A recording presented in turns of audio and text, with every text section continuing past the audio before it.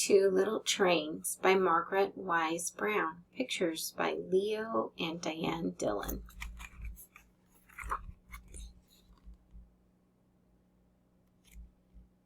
Two little trains went down the track. Two little trains went west. Puff, puff, chug, chug. Two little trains to the west.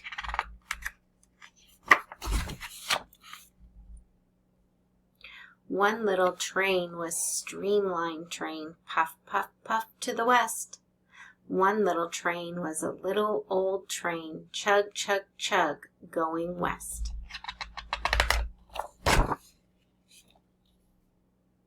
Look down, that long steel track to the west. Two little trains came to a hill, a mountainous hill to the west. With a puff and a chug, they went right through, under the hill to the west. Look through that long dark hill to the west.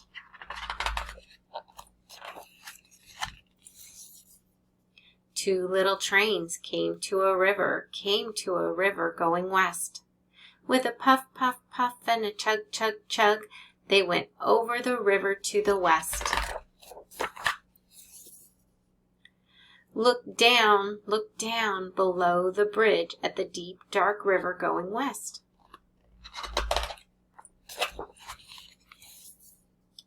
The rain came down on the two little trains going west. And it made them darker and wet and shiny as they went on their way to the west.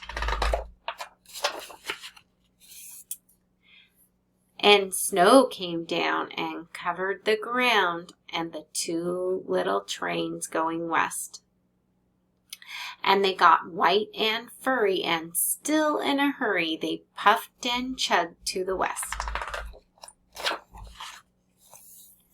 The moon shone down on the gleaming track, and the two little trains going west. And they hurried along, and they heard a song of a man singing in the west. Look down that long steel track where you and I must go. That long steel track and strong crossbars before we travel home. The wind it blew and the dust it flew around the two little trains going west. But the dust storm drew not a toot or a woo or a whistle from the trains going west.